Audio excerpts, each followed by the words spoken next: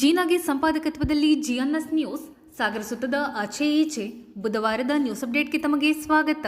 ಮುಖ್ಯಾಂಶಗಳು: ಅತಿವೃಷ್ಟಿಯಿಂದ ಸುಮಾರು 150 ಕೋಟಿ ರೂಪಾಯಿ ನಷ್ಟ, ರಸ್ತೆ ಸೇತುವೆಗೆ ಅಪಾರ ಹಾನಿ, ಕೃಷಿ ಜಮೀನು ಅಡಿಕೆಗೆ ಕೊಳೆ ರೋಗದಿಂದಲೂ ನಷ್ಟ, ಪರಿಹಾರಕ್ಕಾಗಿ ಸದನದಲ್ಲಿ ಚರ್ಚೆ, ಹೆಚ್ಚು ಪರಿಹಾರಧನಕ್ಕೆ ಮುಖ್ಯಮಂತ್ರಿಗಳಿಗೆ ಮನವಿ ಮಾಡುತ್ತೇವೆ ಎಂದ ಶಾಸಕರು, ನಗರಸಭೆ ಅಧ್ಯಯನ ಪ್ರವಾಸ ಅಧ್ಯಕ್ಷರು ಉಪಾಧ್ಯಕ್ಷರಿಗೆ ಬಿಟ್ಟಿದ್ದು ಎಂದ ಶಾಸಕ ಬೇಳೂರು, ನಗರಸಭಾ ಸದಸ್ಯರೇ ಪ್ರವಾಸ ಕೈಬಿಡಿ, ಮುಚ್ಚಿ ಹೊಂಡಗುಂಡಿ, ಸ್ವಚ್ಛತೆ ಕಡೆ ಅಭಿವೃದ್ಧಿ ಕಡೆ ಗಮನ ಕೊಡಿ ಎಂದ ತೀನಾ ಶ್ರೀನಿವಾಸ್, ಬಿಜೆಪಿ ಸದಸ್ಯರು ಪ್ರವಾಸಕ್ಕೆ ಹೋಗುತ್ತಿಲ್ಲ ಓಕೆ, ಕಾಂಗ್ರೆಸ್ ಸ್ಟ್ಯಾಂಡ್ ತಿಳಿಸಿಲ್ಲ ಏಕೆ ಎಂದು ತೀನಾ ಶ್ರೀನಿವಾಸ್ ಪ್ರಶ್ನೆ. ಆಗಸ್ಟ್ 8ರಿಂದ 10ರವರೆಗೆ ಸಾಗರದ ಬ್ರಾಸಂನಲ್ಲಿ ಬೃಹತ್ ಹಲಸಿನ ಮೇಳ, ವಿವಿಧ ತಳಿ ಹಲಸಿನ ಹಣ್ಣಿನ ಜೊತೆ ವೈವಿಧ್ಯಮಯ ಖಾದ್ಯ. ಹಲಸಿನ ಮೇಳದಲ್ಲಿ ಪಾಲ್ಗೊಳ್ಳಲು ಗೌತಮ್ ಮತ್ತು ಗಣೇಶ್ ಶೆಟ್ಟಿ ಮನವಿ. ಈಗ ಸುದ್ದಿಯ ವಿವರ. ಮೇ 18ರಿಂದ ಪ್ರಾರಂಭವಾದ ಮಳೆಯಿಂದ ಅಂದಾಜು 150 ಕೋಟಿ ರೂಪಾಯಿ ನಷ್ಟ ಸಂಭವಿಸಿದ್ದು, ಹೆಚ್ಚಿನ ಪರಿಹಾರಕ್ಕೆ ಮುಖ್ಯಮಂತ್ರಿಗಳಿಗೆ ಮನವಿ ಮಾಡಲಾಗುತ್ತದೆ ಎಂದು ಶಾಸಕ ಹಾಗೂ ಅರಣ್ಯ ಕೈಗಾರಿಕಾ ಅಭಿವೃದ್ಧಿ ನಿಗಮದ ಅಧ್ಯಕ್ಷ ಗೋಪಾಲಕೃಷ್ಣ ಬೇಳೂರು ತಿಳಿಸಿದರು. ಸಾಗರದ ಬಿಎಚ್ ರಸ್ತೆಯಲ್ಲಿ ಬುಧವಾರ ಮಳೆಯಿಂದ ಹಾಳಾಗಿರುವ ರಾಷ್ಟ್ರೀಯ ಹೆದ್ದಾರಿಯನ್ನು ಅಭಿವೃದ್ಧಿಪಡಿಸಲು ಅಧಿಕಾರಿಗಳಿಗೆ ಸೂಚನೆ ನೀಡಿ ಅವರು ಮಾತನಾಡುತ್ತಿದ್ದರು. ನಗರಸಭಾ ಸದಸ್ಯರಾದ ಗಣಪತಿ ಮಂಡಗಳಲ್ಲಿ ಸೈಯದ್ ಜಾಕಿರ್, ರವಿಕುಮಾರ್, ಬ್ಲಾಕ್ ಕಾಂಗ್ರೆಸ್ ಅಧ್ಯಕ್ಷ ಕಲಸಿ ಚಂದ್ರಪ್ಪ ಇನ್ನಿತರರು ಹಾಜರಿದ್ದರು. ನಮ್ದು ರಾಷ್ಟ್ರೀಯ ಹೆದ್ದಾರಿ ಸಾಗರ ಟು ಸಿಗಂದೂರಿಂದ ಅಲ್ಲಿಂದ ನಮ್ಮ ಏನು ಇದಕ್ಕೆ ಸೇರ್ತದಲ್ಲ ಅಂತ ನಿಟ್ಟೂರು ಮರ್ಕೊಡ್ಕ, ಅದರದ ಈಗಾಗಲೇ 3 ಸುತ್ತಿನ ಸರ್ವೆ ಮಾಡಿದ್ದಾರೆ. ತುಮ್ರಿ ಭಾಗದಲ್ಲಿ ಒಂದಿಷ್ಟು ಜನ ಅಲ್ಲಿ ಬೇಡ, ನಮ್ಮ ತುಮ್ರಿ ಒಳಗಡೆ ಬೇಡ, ಬೈಪಾಸ್ ಆಗ್ಬೇಕಂತಿದೆ. ಒಂದಿಷ್ಟು ಜನ ಆ ಕಾಲದಲ್ಲೇ ಇಲ್ಲ ತುಮ್ರಿ ಒಳಗೆ ಹೋಗ್ಬೇಕು ಅನ್ನೋದನ್ನ ಲೆಟರ್ ಮಾಡಿ ಎಲ್ಲ ಕೆಲವೆಲ್ಲ ಮೇಲ್ಗಡೆಯಿಂದೆಲ್ಲ ಇದು ಮಾಡಿದ್ದಾರೆ ಕೆಲವರೆಲ್ಲ. ಅದು ಏನಾಗಿದೆ, ಅದು ಈಗ ಊರವರಿಗೆ ಅಲ್ಲಿ ತುಂಬಾ ಮನೆಗಳು ಹೋಗ್ತಾ ಇದೆ, ಅದು ಸರಿ ಇಲ್ಲ ಅಂತ ಹೇಳಿ ನಾವು ಬೈಪಾಸ್ ಮಾಡ್ಬೇಕಂತ ಅದ್ರ ಬಗ್ಗೆ ಈಗಾಗಲೇ ಚರ್ಚೆ ಮಾಡಕ್ ಕೊಟ್ಟಿದ್ದೀವಿ. ಈಗ ಅಧಿಕಾರಿಗಳೆಲ್ಲ ಬಂದಿದ್ದಾರೆ. ಆಮೇಲೆ ಮಳೆಗಾಲ ಬಂದ್ರಿಂದ ಈ ವರ್ಷ ಜೂನ್ ಗಿಂತ ಹೆಚ್ಚಾಗಿ ಮೇ 18ಕ್ಕೆ ಮಳೆ ಶುರುವಾಯ್ತು. ನಾವು ಕೆಲವು ರಸ್ತೆ ಮಾಡಬೇಕಾಗಿತ್ತು, ಎಲ್ಲ ನಿಂತು ಹೋಗ್ಬಿಟ್ಟು ಇಲ್ಲಿವರೆಗೂ ಮಳೆ ನಿಂತಿಲ್ಲ. ಒಂದಿಷ್ಟು ಗುಂಡಿಗಳೆಲ್ಲ ಬಿದ್ದಿದೆ. ಮಳೆಯಲ್ಲಿ ಮಾಡಕ್ ಹೋದ್ರೆ ಅದು ಉಳಿಯಲ್ಲ. ನಾನೇ ಬಿಸಿಲು ಬರ್ಲಿ ಆಮೇಲೆ ಮಾಡೋಣ ಅಂತ ಹೇಳಿ ನಾವು ಸುಮ್ಮನೆ ಇದ್ದೀವಿ ಇಲ್ಲಿವರೆಗೆ. ಆದ್ರೆ ಸ್ವಲ್ಪ ಜಾಸ್ತಿನೇ ಹಾಳಾಗ್ತಾ ಇದೆ ಈಗ. ಅದರಿಂದ ಅದನ್ನು ಸಹ ಈಗ ನಮ್ಮ ಹೈವೇ ಪ್ರಾಧಿಕಾರ ಮತ್ತು ನಮ್ಮ PW ಎಲ್ಲ ಅಧಿಕಾರಿಗಳೆಲ್ಲ ಕರೆದು ಇಮಿಡಿಯೇಟ್ಲಿ ಎಲ್ಲಾ ಗುಂಡಿಗಳನ್ನ ಸಾಗರ ಸಿಟಿ ಮತ್ತು ಹಳ್ಳಿ ಭಾಗದಲ್ಲಿರೋದನ್ನ ಮುಚ್ಚಬೇಕಂತ ಹೇಳಿ ಅವರಿಗೆಲ್ಲ ಈಗ ವಾರ್ನಿಂಗ್ ಮಾಡಿದ್ದೀನಿ. ಅವರು ಸಹ ಈಗೆಲ್ಲ ಬಂದು ಮೀಟಿಂಗ್ ಮಾಡಿದ್ರು. ಇದನ್ನು ಈಗ ಅದಕ್ಕೆ ತೋರ್ಸಕ್ ಬಂದೆ, ಇಲ್ಲಿ ಬಹಳ ಏನಿದೆ ಹೈವೇರಿಗೆ ತೋರ್ಸಕ್ ಬಂದಿದ್ದೀನಿ. ಅದ್ರ ಜೊತೆಗೆ ಈ ನಮ್ಮ ರಾಷ್ಟ್ರೀಯ ಈ ಹೆದ್ದಾರಿದು ಸಹ ಇದು ಬಹಳ ವರ್ಷದಿಂದ ಪೆಂಡಿಂಗ್ ಆಗಿದ್ರಿಂದ ಮತ್ತೆ ಬಿಟ್ರೆ ಅದು ದುಡ್ಡು ಕ್ಯಾನ್ಸಲ್ ಆಗ್ಬಿಡುತ್ತೆ ಮತ್ತೆ ಮಾಡಕ್ಕೆ. ಅದರಿಂದ ಆದಷ್ಟು ಬೇಗ ಮುಗಿಸ್ಬೇಕಂತ ಹೇಳಿ ಅದಕ್ಕೂ ಸಹ ಈ ಮಳೆಗಾಲ ಬಂದ್ರಿಂದ ನಮ್ಗೆ 2-3 ತಿಂಗಳಿಂದ ಏನೂ ಮಾಡಕ್ ಆಗ್ತಾ ಇಲ್ಲ. ಈಗ ಈಗ ಮಳೆ ಈಗಲೂ ಇದೆ, ಈಗಲೂ ಬರ್ತಾನೆ ಇದೆ. ಅದರಿಂದ ಯಾರು ವಿರೋಧ ಪಕ್ಷದವ್ರು ಏನಪ್ಪ ಗುಂಡಿ ಮುಚ್ಚಕ್ಕಾಗಿಲ್ಲ ಅಂತ ಏನಾರು ಹೇಳಿದ್ರೆ ಅದು ಅವ್ರ ತಪ್ಪು ಭಾವನೆ. ಯಾಕಂದ್ರೆ ನಾವು ಗುಂಡಿ ಮುಚ್ಚಕ್ಕೆ ಗುಂಡಿ ಎಲ್ಲ ರಸ್ತೆನೆ ಮಾಡ್ತೀವಿ. ಆದ್ರೆ ಸಮಸ್ಯೆ ಈ ತರ ಇರೋದ್ರಿಂದ ಸಣ್ಣ ಪುಟ್ಟ ಗುಂಡಿ ಮುಚ್ಚಕ್ಕಾಗ್ಲಿಲ್ಲ, ಮುಚ್ಚಿದ್ರು ಅದು ಉಳಿಯಲ್ಲ ಅಂತ ನಾವು ಸುಮ್ಮನೆ ಇದ್ದೀವಿ. ಈಗ ಅವ್ರಿಗೆಲ್ಲ ವಾರ್ನಿಂಗ್ ಮಾಡಿದ್ದೀನಿ. ಮಳೆ ಕಮ್ಮಿ ಆದ ತಕ್ಷಣ ಎಲ್ಲ ಕ್ಲಿಯರ್ ಮಾಡಿ ಒಂದಿಷ್ಟು ತಾರ್ ಹಾಕ್ಸ್ಕೊಡ್ಬೇಕಂತೆಲ್ಲ ಎಲ್ಲ ಕಡೆ ಹೇಳಿದೆ. ಬಹಳ ಏನಾಗಿಲ್ಲ, ಇಲ್ಲೊಂದಿಷ್ಟ ಆಗಿದೆ. PW ನಮ್ಮ ಮಾರ್ಕೆಟ್ ಇಂದ ಲಿಂಬು ಸರ್ಕಲ್ ಅಲ್ಲಿ ಸ್ವಲ್ಪ ಆಗಿದೆ, ಮೊನ್ನೆ ಮಾಡಿದ್ದಾರೆ. ಅದಕ್ಕೆಲ್ಲ ವಾರ್ನಿಂಗ್ ಕೊಟ್ಟಿದ್ದೀನಿ. ಇದ್ರ ಜೊತೆಗೆ ನಮ್ಮ ತಾಲೂಕಿನಲ್ಲಿ ಈ ಸರಿ ಫ್ಲಡ್ ಅಲ್ಲಿ ಬಹಳ ಹಾಳಾಗಿದೆ ಈ ವರ್ಷ ಬಹಳ ಅಂದ್ರೆ ಈ ಸರಿ ನೋಡಿ PW ಸುಮಾರು ಹತ್ತತ್ರ ನಮ್ಗೆ 75 ಕೋಟಿ ರೂಪಾಯಿ ಲಾಸ್ ಆಗಿದೆ. 75 ಕೋಟಿ ರೂಪಾಯಿ ನಮ್ಮ PW ರಸ್ತೆಗೆ ಹಾಳಾಗಿದೆ. ಈಗ ಅದಕ್ಕೆ ನಾವು ಈಗಾಗಲೇ ಅದಕ್ಕೆ ರಿಪೋರ್ಟ್ ನಾವು ಈಗ DC ಕೊಡ್ತಾ ಇದ್ದೀವಿ. ಆಮೇಲೆ ಹೊಸನಗರ PWಗೂ ಸಹ 33 ಕೋಟಿ ರೂಪಾಯಿ ಆಗಿದೆ. ಸಾಗರ 75 ಆದ್ರೆ ಹೊಸನಗರ 33 ಕೋಟಿ ಆಗಿದೆ. ಆಮೇಲೆ ZP 22 ಕೋಟಿ ರೂಪಾಯಿ ZP ರೋಡ್ಗಳು ಹಾಳಾಗಿದ್ದಾವೆ. ಅಂದ್ರೆ ಈ ಸರಿ ಅಷ್ಟು ಹಾಳಾಗಿದೆ, ಹೋದ ವರ್ಷ ಅಷ್ಟಾಗಿರ್ಲಿಲ್ಲ. ಹೋದ ವರ್ಷ ನಮಗೆ ಫ್ಲಡ್ ಅಲ್ಲಿ 10 ಕೋಟಿ ರೂಪಾಯಿ ಬಂದಿತ್ತು. ನಮಗೆ ಹೋದ ವರ್ಷ 10 ಕೋಟಿ ರೂಪಾಯಿ ಬಂದಿತ್ತು. ನಾವು ಫ್ಲಡ್ಗೆಲ್ಲ ಏನೇನ್ ಆಗ್ಬೇಕು ಕೊಟ್ಟಿದ್ದೀವಿ. ಆಮೇಲೆ MI ಯಲ್ಲಿ ಬಹಳಷ್ಟು ಕೆರೆಗಳು ಮತ್ತು ಇವು ಕೊಚ್ಚಿಕೊಂಡು ಹೋಗಿದೆ. ಹಳ್ಳಿ ಭಾಗದಲ್ಲೆಲ್ಲ ಏನು ಹೋಗುವಂತ ನೀರು ಹರಿಯುವಂತ ಜಾಗ ಎಲ್ಲ ಕೊಚ್ಚಿಕೊಂಡು ಹೋಗಿದ್ರಿಂದ ಅಲ್ಲೊಂದು 17 ಕೋಟಿ ರೂಪಾಯಿ ನಮಗೆ ಇವತ್ತು ಟೋಟಲ್ 147 ಕೋಟಿ ರೂಪಾಯಿ ಹತ್ತತ್ರ ನಮಗೆ ಈ ಸರಿ ಲಾಸ್ ಆಗ್ತಾ ಇದೆ. ಇವತ್ತು ಈ ಸರಿ ಆ ಮಳೆಯ ಹೊಡೆತದಲ್ಲಿ ಹಾನಿ ಆಗಿದೆ.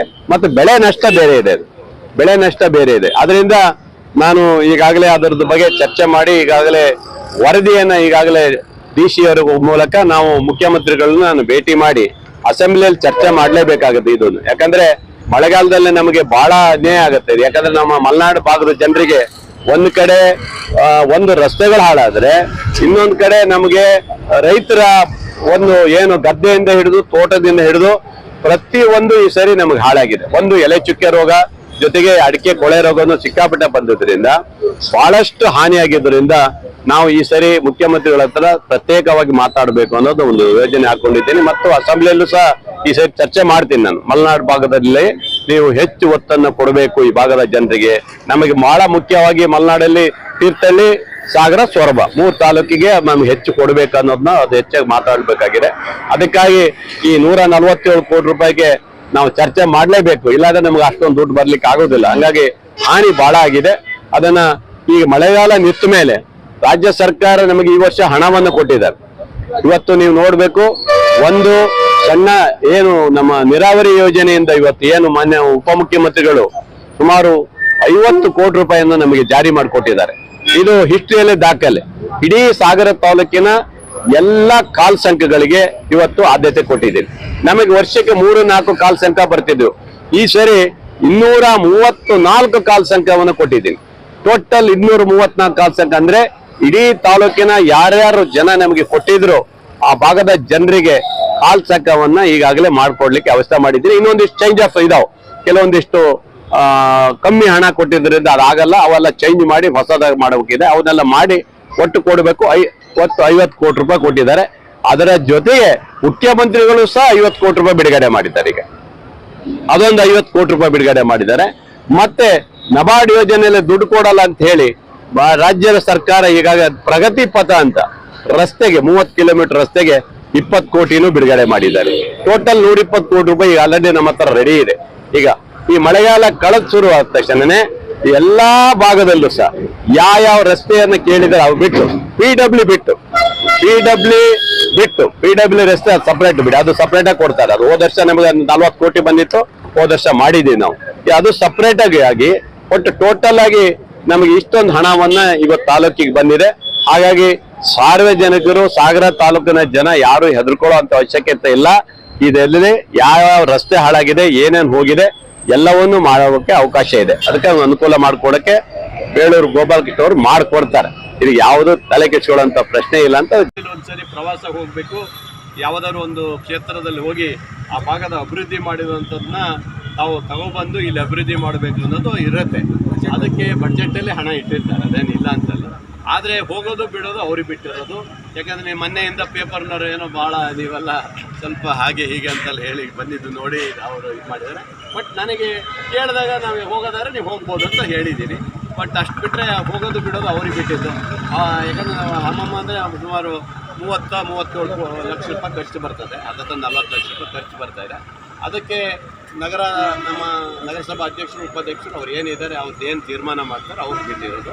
ಅವ್ರು ಹೋಗೋದಾದ್ರೆ ಹೋಗ್ಬೋದು, ಬೇಡ ಅಂದರೂ ಬಿಡ್ಬೋದು. ಅದಕ್ಕೆ ಅವಶ್ಯಕತೆ.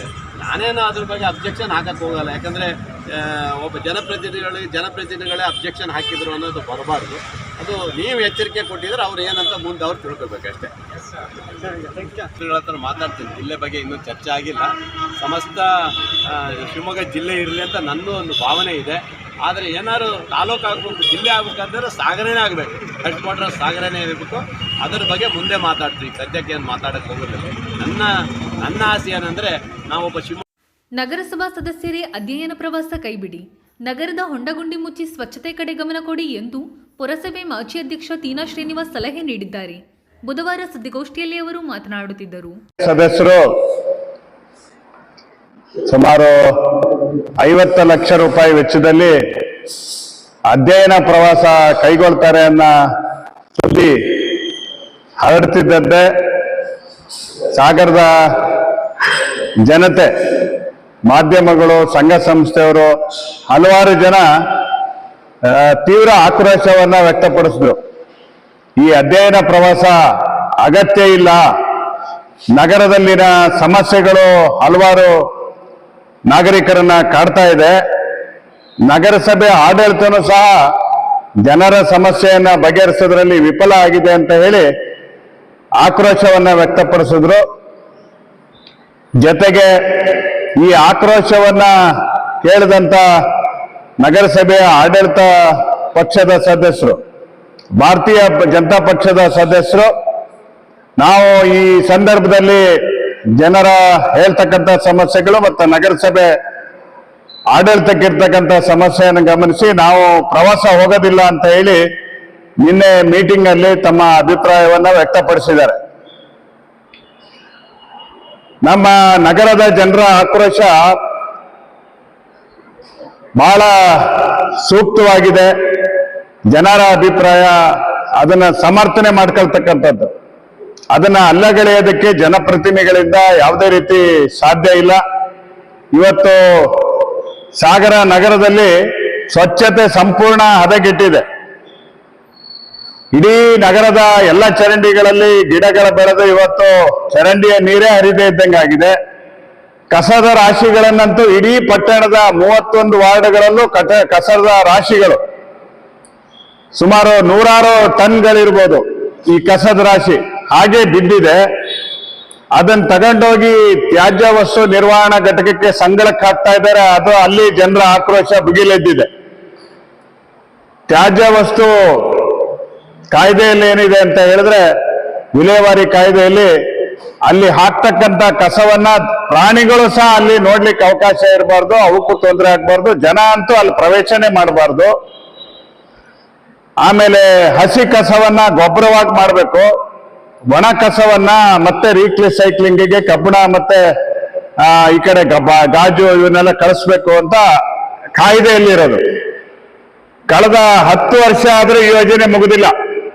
ಆ ಪರಿಸರ ಇಂಜಿನಿಯರ್ ಅಂತೊಬ್ರು ನಗರಸಭೆಯಲ್ಲಿ ಇದ್ದಾರೆ. ಅವರು ಪರಿಸರಕ್ಕೆ ಅವರೇ ಮಾರಕ ಆಗಿದ್ದಾರೆ, ಅವರೇ ಮಾರಕ ಪರಿಸರಕ್ಕೆ. ಈ ತರದ ವ್ಯವಸ್ಥೆ ಇದೆ. ಜೊತೆಗೆ ನಮ್ಮ ನಗರಸಭೆ ವ್ಯಾಪ್ತಿಯಲ್ಲಿ ಏನೇ ಕೆಲಸಗಳನ್ನು ನಡೆದ್ರು, ಕಾಮಗಾರಿಗಳು ನಡೆದ್ರು, ಅದು ಹೈವೇ ಇರ್ಬೋದು, ರಾಜ್ಯ ಹೆದ್ದಾರಿ ಇರ್ಬೋದು, ಅಲ್ಲೆಲ್ಲ ನಡೆದಿದ್ದಕ್ಕೆ ಇವತ್ತು ನಗರಸಭೆಯವರು ಹೊಣೆ ಹಾಕ್ತಾರೆ. ಇವತ್ತು LB ಕಾಲೇಜಿನಿಂದ ಹಿಡಿದು ತ್ಯಾಗರ್ತಿ ಕ್ರಾಸ್ ವರೆಗೆ ಏನು ಕಾಮಗಾರಿ ನಡೀತಾ ಇದೆ, 3 ವರ್ಷದ ಹಿಂದೆ ಟೆಂಡರ್ ಆಗಿರೋದು. ಇದು 3 ವರ್ಷದಿಂದ ಟೆಂಡರ್ ಅವಧಿ ಮುಗಿದೇ 2 ವರ್ಷ ಆಗಿದೆ. 3ನೇ ದರ್ಜೆ ಕಾಮಗಾರಿ ನಡೀತಾ ಇದೆ. 3ನೇ ದರ್ಜೆ ಕಾಮಗಾರಿ. ನಾನು ಇಲ್ಲಿಂದ ದೆಹಲಿವರೆಗೂ ಅದಕ್ಕೆ ದೂರು ಮಾಡಿದ್ರೆ ಕಾಮಗಾರಿ ಚೆನ್ನಾಗಿ ನಡೀತಾ ಇದೆ ಅಂತ ಅಸಿಸ್ಟೆಂಟ್ ಎಕ್ಸಿಕ್ಯೂಟಿವ್ ಇಂಜಿನಿಯರ್ ಅವರು ನನಗೆ ಪತ್ರ ಬರೆದಿದ್ದಾರೆ. ಗುಂಡಿಗಳನ್ನು ಮುಚ್ತಾ ಇದೀವಿ ಅಂತಾರೆ. ಚರಂಡಿಗಳಲ್ಲಿ ದೊಡ್ಡ ಗುಂಡಿಗಳು ಸುಮಾರು 35 ಗುಂಡಿಗಳಕ್ಕಿಂತ ಜಾಸ್ತಿ ಹೈವೇ ಅಕ್ಕಪಕ್ಕದಲ್ಲಿ ಗುಂಡಿಗಳಿದೆ. ಕೊಳಚೆ ನೀರು ತುಂಬಿದೆ. ಆಮೇಲೆ ಸೊಳ್ಳೆಗಳು, ಅದು ನೈರ್ಮಲ್ಯ ಹಾಳಾಗೋದಕ್ಕೆ ಇವತ್ತು ಕಾರಣ ಆಗಿದೆ. ನಗರಸಭೆ 2 ರೀತಿಯಲ್ಲಿ ಕ್ರಮ ಕೈಗೊಳ್ಳಕ್ಕೆ ಸಾಧ್ಯತೆ ಇದೆ. ಒಂದು, ನ್ಯೂಸೆನ್ಸ್, ನೈರ್ಮಲ್ಯವನ್ನ ಹಾಳು ಮಾಡಿದ್ಕೆ ಅವ್ರ ಮೇಲೆ ಕ್ರಮ ತಗೊಂಡು ಅವ್ರನ್ನ ಮೀಟಿಂಗ್ ಕರೆಸೋದಕ್ಕೆ ಅವಕಾಶ ಇದೆ. ನಗರಸಭೆಗೆ ಅಧಿಕಾರಿಗಳನ್ನು ಕರೆಸಿ ಯಾಕೆ 3 ವರ್ಷದಿಂದ ಕಾಮಗಾರಿ ನಡೆದಿಲ್ಲ ಅಂತ ಹೇಳಿ ಕೇಳಂತ ಇದಿದೆ. ಇವತ್ತು ನೈರ್ಮಲ್ಯ ಹಾಳಾಗಿ ಡೆಂಗು ಸೊಳ್ಳೆಗಳು, ಬಿಸಿಲು ಮಳೆ ಇದ್ದಾಗ ಡೆಂಗು ಸೊಳ್ಳೆಗಳು ಉತ್ಪಾದನೆ ಆದ್ರೆ ಕೆಲವು ಕೇಸ್ ಡೆಂಗು ಜ್ವರಗಳು ಇದೆ. ಅದು ಮತ್ತಷ್ಟು ಭೀಕರವಾದಂತ ಸಂದರ್ಭ ಇದೆ. ಕೇಳಿದ್ರೆ ನಗರಸಭೆಯ ವರಿಷ್ಠರು ಅದು ಹೈವೇ ಅವ್ರು ಮಾಡ್ತಿರೋದು ನಮಗ್ ಸಂಬಂಧ ಇಲ್ಲ ಅಂತ. ನಮ್ಮ ಶಾಸಕರು ಅದನ್ನ ಗಮನಿಸಿದಾರ ಇಲ್ಲೋ ಗೊತ್ತಿಲ್ಲ. ಜೊತೆಗೆ ಇವತ್ತು UGD 14 ವರ್ಷ ಆಗಿದೆ. UGD 14 ವರ್ಷದಿಂದ ಇವತ್ತು ಕಾಮಗಾರಿ ನಡೀತಾ ಇದೆ. ಅದನ್ನ ಸರಿಯಾಗಿ ಪ್ರಗತಿ ಪರಿಶೀಲನೆ ಯಾರು ಮಾಡಬೇಕು, ಯಾರು ಮಾಡಿದ್ದಾರೆ ಅನ್ನೋದೇ ಪ್ರಶ್ನೆ ಆಗಿದೆ. ಸುಮಾರು 60 ಕೋಟಿ ಈಗಾಗಲೇ ಖರ್ಚಾಗಿದೆ. ಮತ್ತೆ 20 ಕೋಟಿ ಕರ್ನಾಟಕ ಮೂಲಭೂತ ಸೌಲಭ್ಯಗಳ ಅಭಿವೃದ್ಧಿ ನಿಗಮದಿಂದ ಈಗ ಬಿಡುಗಡೆ ಆಗಿದೆ. 20 ಕೋಟಿ ಬಿಡುಗಡೆ ಆಗಿದೆ. ಸುಮಾರು 80 ಕೋಟಿಯಿಂದ 100 ಕೋಟಿವರೆಗೆ ಇವತ್ತು ಆ UGD ಕೆಲಸಕ್ಕೆ ಇವತ್ತು ಖರ್ಚಾಗ್ತಾ ಇದೆ. ಕಾಂಟ್ರಾಕ್ಟ್ರು ನಾ ಕೆಲಸ ಮಾಡಲ್ಲ ಅಂತ ಬಿಟ್ಟು ಹೋಗಿದ್ದಾನೆ. ಹಿಂದಿನ ಕಾಂಟ್ರಾಕ್ಟ್ರು ನನಗೆ ಭೂಸ್ವಾಧೀನ ಗೊಳಿಸಿ ಅದಕ್ಕೆ ಟ್ರೀಟ್ಮೆಂಟ್ ಪ್ಲಾಂಟ್ ಇವಕ್ಕೆಲ್ಲ ಬೇಕಾದಂತ ಭೂಮಿ ಕೊಡದೇ ಇರೋದ್ರಿಂದ ನಾನು ಈಗಿರುವ ಮಾಡಿರೋ ಕೆಲಸನ ಅಲ್ಲಿಗೆ ನಿಲ್ಲಿಸಿ ಹೋಗ್ತಾ ಇದ್ದೀನಿ ಅಂತ ಬರ್ಕೊಟ್ಟು ಅವನು ಮಾಡಿರೋ ಕೆಲಸಕ್ಕೆ ಬಿಲ್ಲನ್ನ ತಗೊಂಡು ಹೋಗ್ಬಿಟ್ಟಿದ್ದಾನೆ. ಈಗ ಮತ್ತೆ ಹೊಸದಾಗಿ ಕಾಮಗಾರಿ ಕರೆದು ಇವತ್ತು ಟೆಂಡರ್ ಕರಿಬೇಕಾಗಿದೆ. ಮತ್ತೆ ಗುತ್ತಿಗೆದಾರನಿಗೆ ಬೇರೆಯವನಿಗೆ ಕೊಟ್ಟು ಈ ಕೆಲಸ ಮಾಡಬೇಕಾಗಿದೆ.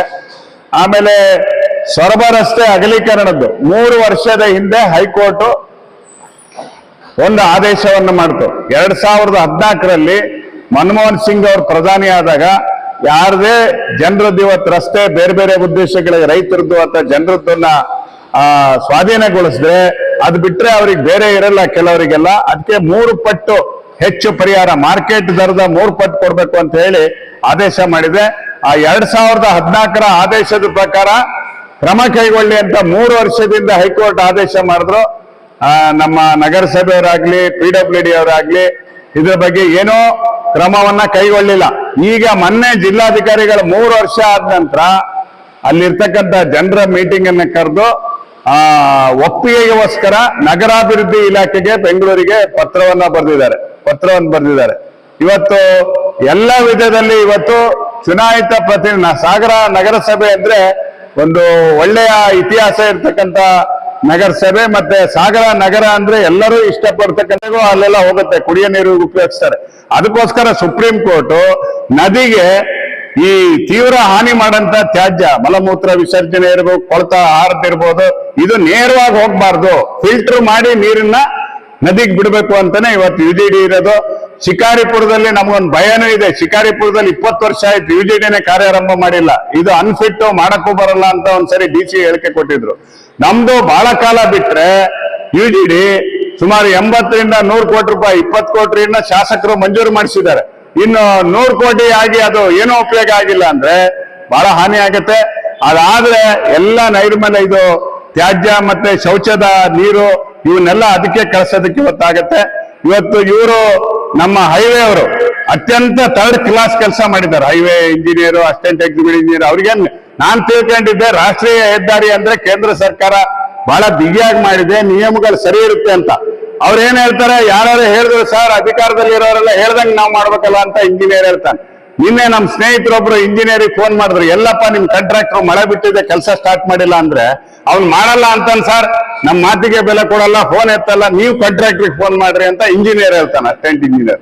ಈ ತರ ವರ್ಸ್ಟ್ ಆಗಿದೆ.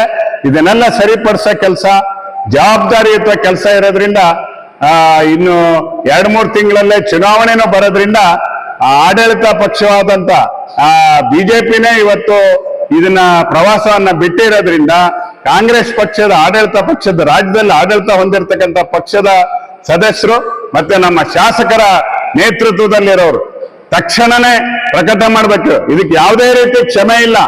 ಇಲ್ಲ ಅಂದ್ರೆ ಜನರ ಆಕ್ರೋಶಕ್ಕೆ ಮುಂದೆ ತುತ್ತಾಗ್ಬೇಕಾಗತ್ತೆ. ಇವರು ಯಾರೋ ಜನರ ಮಾತಿಗೆ ಏನಾಗ್ಬಿಟ್ಟಿದೆ ಅಂದ್ರೆ ಡೆಮಾಕ್ರಸಿ ಅಂದ್ರೆ ಪ್ರಜೆಗಳೇ ಪ್ರಭುಗಳು. ಯಾವಾಗ ವೋಟ್ ಹಾಕೋತ್ತಿಗೆ ಮಾತ್ರ ಪ್ರಭುಗಳು. ವೋಟ್ ಹಾಕಿದ್ಮೇಲೆ ಅಧಿಕಾರಿಗಳು, ಸರ್ಕಾರಿ ನೌಕರರು ಅಧಿಕಾರಿಗಳಿಗೆ ಎದುರುಗಡೆ ನಾವೇ ಜವಾನ್ರಂಗ್ ನಿಲ್ಬೇಕು. ಚುನಾಯಿತ ಪ್ರತಿನಿಧಿಗಳನ್ನ ಜನನೇ ಗೆಲ್ಸಿರ್ತಾರೆ. ಸರ್ಕಾರಿ ನೌಕರರು ಅಧಿಕಾರಿಗಳಿಗೆ ಜನನೇ ಸಂಬಳ ಕೊಡೋದು, ಅವರ ತೆರಿಗೆ ಹಣದಲ್ಲಿ ಇವತ್ತು ಹೊಟ್ಟೆ ಬಾಡ್ ಮಾಡೋದು ಸರ್ಕಾರಿ ನೌಕರರು ಅಧಿಕಾರಿಗಳು. ಚುನಾಯಿತ ಪ್ರತಿನಿಧಿಗಳನ್ನು ಜನನೇ ಗೆಲ್ಸೋದು. ಆದ್ರೆ ಚುನಾಯಿತ ಪ್ರತಿನಿಧಿಗಳಾದ ಕೂಡಲೇ ಇಲ್ಲಿಂದ ಡೆಲ್ಲಿವರೆಗೂ ಅವ್ರ ವರ್ತನೆ ಬೇರೆ. ಅವರೇ ನಮ್ಮ ದೊರೆಗಳು, ಅವರೇ ನಮ್ಮ ರಾಜರು. ಅವ್ರಿಗೆ ನಾವು ಕೈ ಮುಗಿದು ನಿಲ್ಬೇಕು, ಅವ್ರ ಹತ್ರ ಬೇಡ್ಕೋಬೇಕು, ಅವ್ರ ಹತ್ರ ನಾವು ಗೋಳ್ಗೆರಿಬೇಕು ಅನ್ನೋ ವಾದ ಇದೆಯಲ್ಲ, ಸರಿಯಲ್ಲ. ಸಂವಿಧಾನದಂತೆ ಪ್ರಜೆಗಳೇ ಪ್ರಭುಗಳು ಅನ್ನೋದಾದ್ರೆ ಕಾಂಗ್ರೆಸ್ ಪಕ್ಷ ತಕ್ಷಣ ತನ್ನ ನಿಲುವನ್ನ ಪ್ರಕಟಿಸಬೇಕು. ಇಲ್ಲಾಂದ್ರೆ ಮೋದಿಗಾಗಿ ಜನರ ಹಣವನ್ನ ದುರುಪಯೋಗ ಮಾಡ್ತಕ್ಕಂಥ ಅಥವಾ ಅದನ್ನ ಅನಗತ್ಯವಾಗಿ ಇವರು ಪ್ರವಾಸ ಹೋಗಿ ಜನರಿಗೆ ಮೋಸ ಮಾಡ್ತಾ ಇದ್ದಾರೆ ಅನ್ನೋ ಅಭಿಪ್ರಾಯ ಇವತ್ತು ಚುನಾಯಿತ ಪ್ರತಿನಿಧಿಗಳ ಮೇಲೆ ಬರುತ್ತೆ. ಕೂಡಲೇ ಕಾಂಗ್ರೆಸ್ ಪಕ್ಷದವರು ನಾವು ಪ್ರವಾಸಕ್ಕೆ ಹೋಗಲ್ಲ, ಊರಲ್ಲಿ ನಾವು ಒಂದು ಯುದ್ಧೋಪಾದಿಯಲ್ಲಿ ಇವತ್ತು ಸ್ವಚ್ಛತೆ ಕೆಲಸನ ಇಡೀ ಪ್ರತಿ ವಾರ್ಡ್ ನಾವೆಲ್ಲ ಅಧ್ಯಕ್ಷರಾದಾಗ ಹೋಗ್ತಿದ್ವಿ. 5:30 6 ಗಂಟೆಗೆ ಎಲ್ಲ ವಾರ್ಡಲ್ಲಿ ಹೋಗ್ತಿದ್ವಿ ಎಲ್ಲ ಸದಸ್ಯರು. ಆಗಸ್ಟ್ 8, 9 ಮತ್ತು 10ರಂದು 3 ದಿನ ಬ್ರಾಸಂ ಸಭಾಭವನದಲ್ಲಿ ಅಪರೂಪದ ಹಲಸಿನ ಮೇಳ ಆಯೋಜಿಸಲಾಗಿದೆ ಎಂದು ಸಾಗರ ರೋಟರಿ ಸಂಸ್ಥೆ ಅಧ್ಯಕ್ಷ KS ಗೌತಮ್ ತಿಳಿಸಿದರು. ಬುಧವಾರ ಸುದ್ದಿಗೋಷ್ಠಿಯಲ್ಲಿ ಅವರು ಮಾತನಾಡುತ್ತಿದ್ದರು. ಮೇಳದ ಸಂಯೋಜಕ ಗಣೇಶ್ ಶೆಟ್ಟಿ ಮಾತನಾಡಿದರು. ಗೋಷ್ಠಿಯಲ್ಲಿ ನಾಗರಾಜ್ ಹೆಗಡೆ, ಭಾಸ್ಕರ್ ಪೂಜಾರಿ ಇನ್ನಿತರರು ಹಾಜರಿದ್ದರು. ರೋಟರಿ ಕ್ಲಬ್ ಸಾಗರ, ಇನ್ನರ್ ವೀಲ್ ಕ್ಲಬ್ ಸಾಗರ ಯೂನಿಕ್ ಹಾಗೂ ಸಾಗರ ರೈತ ಉತ್ಪಾದಕರ ಸೌಹಾರ್ದ ಸಹಕಾರ ಸಂಘ, ಈ 3 ಸಂಘದ ವತಿಯಿಂದ ಆಶ್ರಯದಲ್ಲಿ ಹಲಸಿನ ಮೇಳ ಮತ್ತು ವಿವಿಧ ಹಣ್ಣಿನ ಮೇಳವನ್ನು ಸಾಗರದಲ್ಲಿ ಆಯೋಜಿಸಿದ್ದೀವಿ ಬ್ರಾಸಂನಲ್ಲಿ. ಈ ಪ್ರೆಸ್ ಮೀಟಿಗೆ ರೈತ ಉತ್ಪಾದಕ ಸೌಹಾರ್ದದ CEO ಆದ ನಾಗರಾಜ್ ಅವರು ಬಂದಿದ್ದಾರೆ. ನಾನು ರೋಟರಿ ಸಂಸ್ಥೆ ಅಧ್ಯಕ್ಷ. ಎಲ್ಲರಿಗೂ ನಿಮ್ಮನ್ನ ಸ್ವಾಗತಿಸ್ತಾ, ಸಾಗರದಲ್ಲಿ ಒಂದು ಹಲಸಿನ ಮೇಳ ಆಗ್ಬೇಕು, ಎಲ್ಲ ಜನಕ್ಕೂ ಹಲಸಿನ ಬೇರೆ ಬೇರೆ ತರ ತಳಿಗಳು ಮತ್ತು ಹಲಸಿನ ಖಾದ್ಯಗಳ ಪರಿಚಯ ಮಾಡಿಸ್ಬೇಕು ಹೇಳೋ ಉದ್ದೇಶದಿಂದ ನಮ್ಮ ಸ್ನೇಹಿತರು ಗಣೇಶ್ ಶೆಟ್ಟಿ ಅನ್ನೋರು ಬೇರೆ ಕಡೆ ಮಾಡಿದ್ರು ಭಟ್ಕಳದಲ್ಲಿ. ಅವ್ರನ್ನ ಕೇಳಿ ಸಂಪರ್ಕ ಮಾಡಿ ಇದು ಮಾಡಿದ್ರೆ ಅನುಕೂಲ ಆಗತ್ತೆ ಅಂತ ಹೇಳಿ ನಾವು ಸಾಗರದಲ್ಲಿ ಬ್ರಾಸಮಲ್ಲಿ ಆಯೋಜಿಸ್ತೀವಿ. ನಾಡ್ದು ಆಗಸ್ಟ್ 8, 9, 10 ಎಲ್ಲ ನಿಮ್ಮ ಪತ್ರಿಕೆಯ ಮಾಧ್ಯಮ ಮುಖಾಂತರ ನೀವೆಲ್ಲರಿಗೂ ತಿಳಿಸ್ಬೇಕು. ಇಂಥದ್ದು ಒಂದು ಕಾರ್ಯಕ್ರಮಕ್ಕೆ ಕುಟುಂಬ ಸಮೇತವಾಗಿ ಬರಬೇಕು. 3 ದಿನ ಬೆಳಗ್ಗೆಯಿಂದ ಸಂಜೆ ತನಕ ಇರುತ್ತೆ ಬ್ರಾಸಂ ಸಭಾಭವನದಲ್ಲಿ. ಇಲ್ಲಿ ಬೇರೆ ಬೇರೆ ತಳಿಗಳ ಹಣ್ಣುಗಳು ಬರುತ್ತೆ. ರುದ್ರಾಕ್ಷಿ ಹಲಸು ಬರುತ್ತೆ, ಕೆಂಪು ಹಲಸು ಏನಿದೆ ಅದು ಬರುತ್ತೆ. ಬೇರೆ ಬೇರೆ ರುಚಿಯಾಗಿರೋಂಥ ತಿನ್ನಕ್ಕೂ ಹಣ್ಣು ಸಿಗತ್ತೆ, ಹಣ್ಣು ಸಿಗತ್ತೆ, ಗಿಡಗಳು ಸಿಗತ್ತೆ. ಅದ್ರ ಜೊತೆಗೆ ಬೇರೆ ಹೂವಿನ ಸಸಿಗಳು, ಅದ್ರ ಬೀಜ, ತರಕಾರಿ ಬೀಜಗಳು ಆ ತರದ್ದು ಸಿಗತ್ತೆ. ಅದಲ್ಲದೆ ಹಲಸಿನ ಮಾಡಿರ್ತಕ್ಕಂಥ ಪದಾರ್ಥಗಳು, ಚಿಪ್ಸ್ ಇರ್ಬೋದು, ಬಿಸಿ ಬಿಸಿ ಆಗಿರ್ತಕ್ಕಂಥ ಕಡುಬು, ಹೋಳಿಗೆ, ಕಬಾಬ್ ಅಂತ ಹೊಸದು ಎಲ್ಲ ಇದ್ರಲ್ಲಿ ನಾನ್ ವೆಜ್ ಕೇಳಿದೀವಿ, ಹಲಸಿನ ಉಪಯೋಗಿಸಿ ಮಾಡೋ ಅಂಥದ್ದಿದೆ. ಅದನ್ನೆಲ್ಲ ರುಚಿಯಲು ಸವಿಯಲು ಕುಟುಂಬ ಸಮೇತವಾಗಿ ಅಂದ್ರೆ ನಮ್ಮ ಪರಿಚಯ ಇದ್ದಾರೆ ಹಣ್ಣುಗಳು ಬೇರೆ ಕಡೆ ಹಣ್ಣು ಎಲ್ಲ ಹಣ್ಣು ಹೋಳಿಗೆ ಮತ್ತೆ ಎಲ್ಲ ಸ್ಟಾಲ್ಗಳು ಆಲ್ರೆಡಿ ಪರಿಚಯ ಇರ್ಲಿಕ್ಕೆ ಹೋಗಿ ನಾವಂದ್ರೆ ನಮ್ಮ ಮೇಲೆ ನಂಬಿಕೆ ಇದೆ ಅವರಿಗೆ. ನಾವು ಮಾಡಿದ್ರೆ ಸ್ವಲ್ಪ ಪ್ರಚಾರ, ಜನ ಬರ್ತಾರೆ ಅಂತಲೇ ಒಂದು ಕಾನ್ಫಿಡೆನ್ಸ್ ಇರುತ್ತೆ. ಹಾಗೆ ರೋಟರಿ ಅವರು ಕೂಡ ಮಾಡಿದ್ರೆ ಒಂದು ಪ್ರಚಾರ ಆಗತ್ತೆ ಅಂತಲೇ ಒಂದು ಇದಿರುತ್ತೆ. ಅದಕ್ಕೋಸ್ಕರ ಬರ್ತಾರೆ. ಯಾಕಂದ್ರೆ ಹಲಸಿನ ಹಣ್ಣುಗಳೆಲ್ಲ ತುಮಕೂರಿಂದಲೇ ಬರುತ್ತೆ. ಅಂದ್ರೆ ಅವರು ಗೊತ್ತಾಯ್ತು ನೀವು, ತುಂಬಾ ಖರ್ಚು ಮಾಡಿ ಬಾಡಿಗೆ ಮಾಡ್ಕೊಂಡೆಲ್ಲ ಬಂದಿರ್ತಾರೆ. ಇದು ಚಂದ್ರ ಹಲಸು, ರುದ್ರಾಕ್ಷಿ ಹಲಸು, ಈ ತರ ವಿಭಿನ್ನವಾದ ಹಲಸು ಬರುತ್ತೆ. ಹಲಸಿನ ಉತ್ಪನ್ನಗಳ ಮಾರಾಟ ರೀಸೆಂಟ್ ಆಗಿ ಇಲ್ಲಿ ಮೇಳ ಆಗಿರ್ಬೋದು. ಇಷ್ಟು ವೆರೈಟಿ ಹಲಸು ಸಿಗುದಿಲ್ಲ, ಇಷ್ಟು ವೆರೈಟಿ ಹಲಸಿನ ಖಾದ್ಯಗಳೆಲ್ಲ ಸಿಗುದಿಲ್ಲ. ಅದು ಜನರಿಗೆ ಕೂಡ ಒಂದು ಹಲಸಿನ ಮಂಚೂರಿ, ಹಲಸಿನ ಕಬಾಬ್ ಎಲ್ಲ ಇದೆಯಲ್ಲ, ಒಳ್ಳೆ ಟೇಸ್ಟ್ ಇರುತ್ತೆ. ತೆಂಗಿನೆಣ್ಣೆ ಮಾಡಿರ್ತಾರೆ, ತೆಂಗಿನೆಣ್ಣೆ ಫ್ರೈ ಮಾಡಿರ್ತಾರೆ, ತುಂಬಾ ಒಳ್ಳೆ ಕ್ವಾಲಿಟಿ ಅಂತ ಮಾಡಿರ್ತಾರೆ. ಹೋಳಿಗೆ ಸ್ಟಾಲ್ ಇದೆ, ಯಾಕಂದ್ರೆ ಜನ ಸಿಕ್ಕಾಪಟ್ಟೆ ಬಂದು ಫುಡ್ ಸ್ಟಾಲ್ಗೆ ಬಂದು ಮುಗಿ ಬಿಡ್ತಾರೆ. ಅದಕ್ಕೋಸ್ಕರ ನಾವು ಫುಡ್ ಸ್ಟಾಲ್ ಕೂಡ ನಾವು ಜಾಸ್ತಿ ಮಾಡ್ತೀವಿ.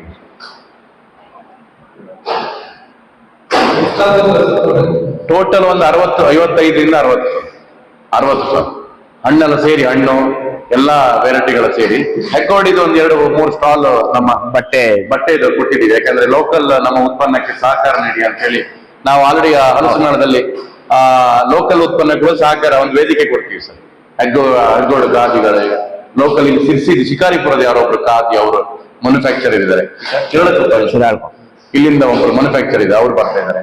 ಹಾಗೆ ಆಯುರ್ವೇದ ಉತ್ಪನ್ನಗಳಿದೆಯಲ್ಲ, ಈ ಆಯುರ್ವೇದ ಹೋಮ್ ಪ್ರಾಡಕ್ಟ್ಸ್ ಕೆಲವರು ಇದ್ದಾರೆ, ಅವರು ಸಣ್ಣ ಸಣ್ಣ ಉತ್ಪನ್ನಗಳಿಗೆಲ್ಲ ನಾವು ವೇದಿಕೆ